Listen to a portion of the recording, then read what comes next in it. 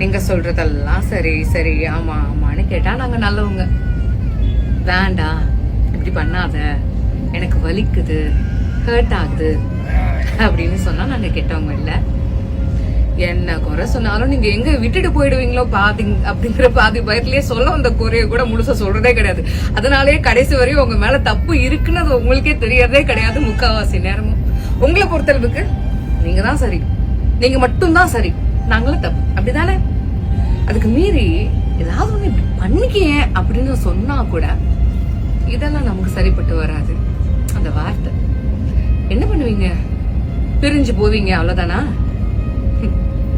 ஏற்கனவே அடிப்பட்ட காயம், அது மேல இன்னொரு கொஞ்சம் காயம் புதுசு ஏதாவது பட்டுச்சுன்னா அந்த காயத்தோட வலி கொஞ்சம் அதிகமா இருக்கும், அவ்வளவுதானே? ஆனா என்ன பண்ண, கொஞ்சம் கொஞ்சமா ஆறிடுங்கிற நம்பிக்கை